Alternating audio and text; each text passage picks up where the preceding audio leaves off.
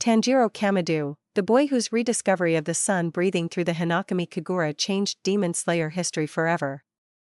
His path reignited the legacy of the first breathing style and led humanity into its golden era of demon hunting during the Taisho period. But imagine a world where that moment never happened, where Tanjiro couldn't awaken the sun breathing hidden deep in his bloodline. In this alternate timeline, Tanjiro's story begins the same way. The Kamado family is slaughtered, Nezuko turns into a demon, and the siblings are found by Ju Tomioka, the water Hashira. Ju spares Nezuko and sends Tanjiro to train under Sakonji Urokodaki. Everything up to the final selection unfolds almost identically. Tanjiro passes the trials, earns his Nichiren sword, and starts his journey as a demon slayer. He faces the same early battles, the temple demon, the swamp demon, and even the encounter with Muzan in Asakusa. But the divergence comes during his fateful battle with Rue, the Lower Moon 5. In the original story, this was the moment Tanjiro remembered his father's dance, awakening the Hinokami Kagura and touching the roots of sun breathing. But here, things take a very different turn.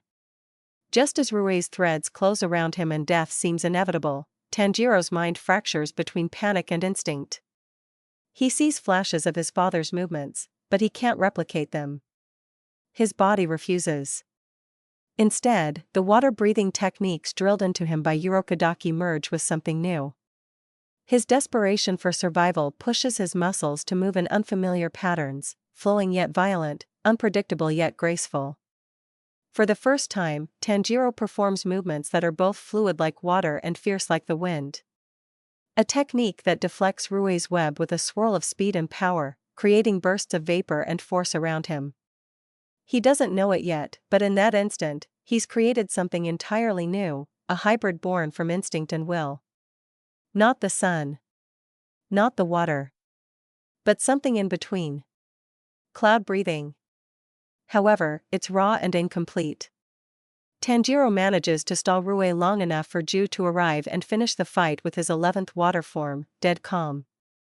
The lower moon is destroyed, but Tanjiro is left haunted. During his recovery at the Butterfly Mansion, he can't stop thinking about what happened. What was that technique?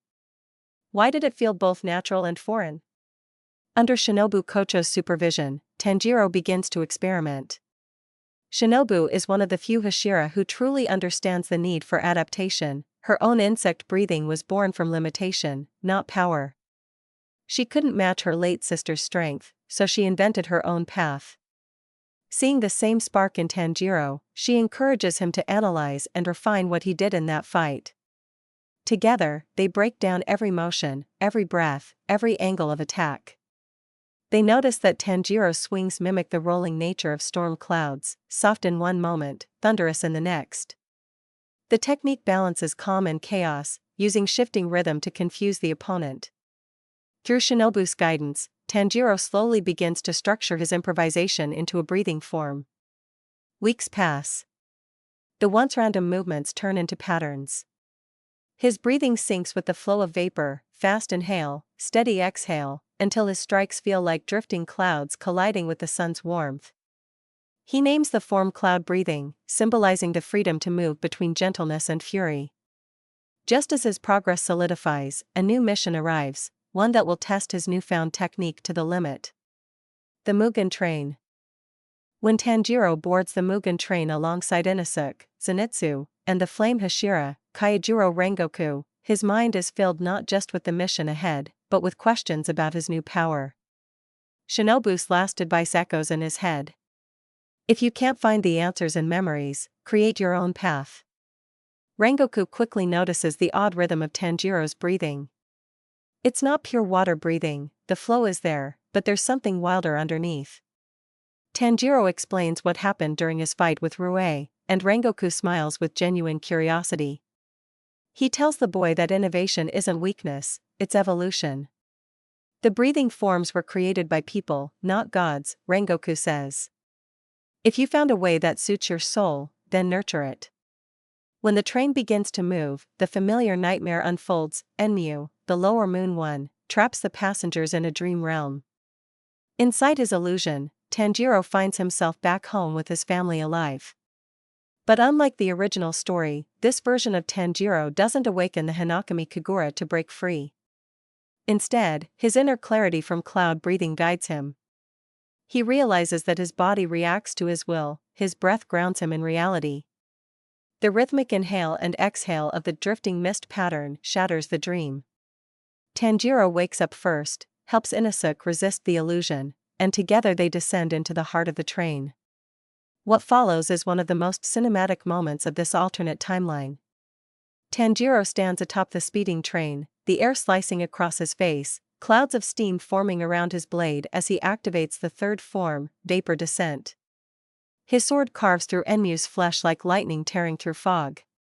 The cloud breathing amplifies the momentum of each strike, letting him slice through the demon's body at impossible angles. Without the sun breathing, it's harder. He's slower, his cuts lack the sheer burning intensity, but his control, his adaptability, they shine. Tanjiro channels the fifth form, Stormfront Advance, charging through Enmu's twisting flesh and severing the neck with one final spiral motion. The lower moon one falls, and the train screeches to a halt. But the night isn't over. From the smoke steps Akaza, the upper moon 3. His aura crushes the air around them, and Tanjiro feels the pressure instantly. This is no ordinary fight, this is the gulf between human and monster. Rengoku steps forward with that blazing grin, his sword igniting the night. The two clash in a symphony of flame and fury. Tanjiro wants to help, but Inosuke grabs him by the shoulder, yelling, "Don't. You'll just get in his way." And for once, Tanjiro listens. He stays back, but his eyes absorb everything, every stance, every shift in pressure, every moment Rengoku forces Akaza to fight like a cornered beast. Rengoku's strength is immense, but not infinite. As dawn nears, Akaza delivers the fatal blow. Tanjiro rushes to his side, desperate, trembling, but Rengoku smiles even through the blood. "You're breathing, it's free like the sky," he whispers. "Clouds hide the sun, but they also reflect its light. Keep following that light, Kamado." He presses his sword guard into Tanjiro's hand, a final symbol of trust, and the flame Hashira dies with the sunrise in his eyes. That moment becomes the catalyst. Back at the Butterfly Mansion, Tanjiro's grief turns into obsession. He trains relentlessly, combining everything he learned from Shinobu and Rengoku's philosophy.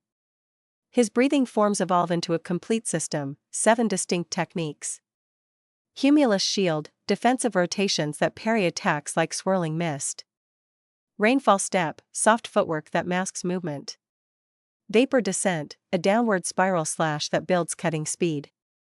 Sunset dispersal, scattering slashes that blind the opponent with vapor. Stormfront advance, a momentum-based charge that grows deadlier with distance. Heaven's drift, fluid midair combat movement. Dawn breaking through clouds, the ultimate fusion of all previous forms.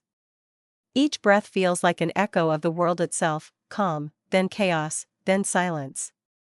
When word reaches him about the entertainment district, Tanjiro is no longer just a promising swordsman. He's the creator of a new breathing style. And soon, it will be tested against something far deadlier than he's ever faced. The entertainment district glows under the blood-red moon. Tanjiro, Inosuke, Zenitsu, and Nezuko arrive alongside the flamboyant sound Hashira, Tengen Yuzui. Beneath the noise and neon of the city hides Upper Moon 6, Daki and Jotaro, the monstrous siblings. At first, Tanjiro faces Daki alone. Her ribbons slice through the air like whips, each attack faster than the last. In the original story, Tanjiro struggled until Nezuko intervened, but not here. Cloud breathing changes everything. He moves with a strange rhythm, his body weaving like drifting vapor. The ribbons cut where he was, not where he is. The battle feels like a dance. The second form, Rainfall Step, turns Daki's furious strikes into wasted effort. For the first time, Tanjiro controls the tempo. The clouds don't fight the wind, they flow with it, waiting for the moment to strike. When Daki realizes she's being outmaneuvered, Jotaro finally emerges from her shadow, and the real nightmare begins. His blood blades screech through the air as poison fills the battlefield.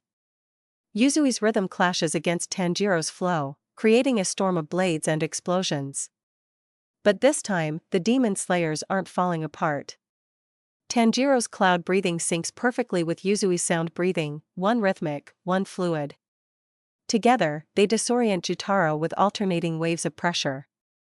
The fourth form, sunset dispersal, floods the air with blinding mist, while Yuzui strikes from the echoes. The fight turns into a deadly duet, the sound of thunder and the silence of clouds. In the end, the coordination between Tanjiro, Yuzui, Inosuke, Zenitsu, and Nezuko overwhelms the demonic siblings.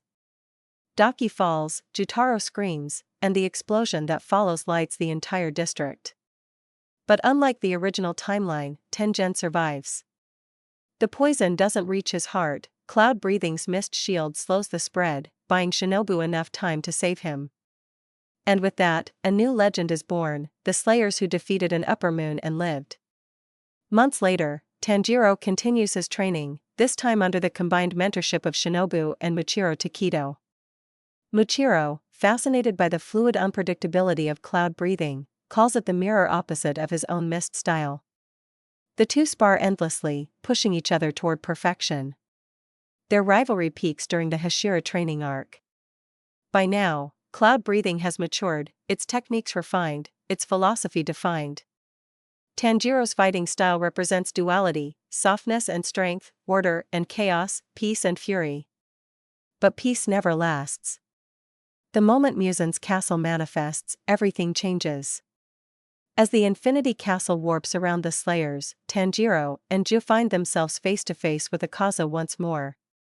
The demon grins, remembering the weak boy from the train. But this isn't the same boy. Tanjiro moves like a storm. His cloud-breathing forms merge seamlessly, the air around him shimmering with pressure.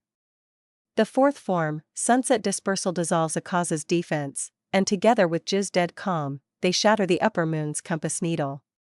For the first time, Akaza feels fear. As Akaza crumbles to dust, Ju looks at Tanjiro with quiet awe. "You've surpassed us all," he says. "Your clouds, they've reached the sun." When Muzan finally emerges, he instantly targets Tanjiro. The Demon King senses it, this power born from sun breathing but evolved beyond it.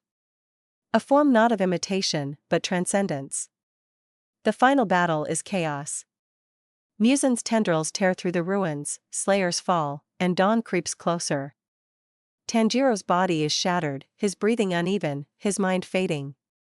But then he remembers Rengoku's words, "Clouds hide the sun, but they reflect its light." He takes one last breath, steady, deep, infinite. The clouds above part. And Tanjiro performs his final technique. Seventh form, dawn breaking through clouds. It's not just a sword strike, it's an explosion of motion, every form combined, every lesson reborn. The air ignites with light as Tanjiro channels the first rays of sunrise through his blade. Muzan screams, his body dissolving into vapor and ash, swallowed by the dawn. As silence falls, the surviving Slayers stare at the sky, the clouds glowing orange and gold. The era of demons is over. Cloud breathing becomes the final chapter of the Demon Slayer legacy, a style born not from memory, but from evolution. A reminder that humanity's strength doesn't come from ancient power, but from its ability to create something new when the world demands it.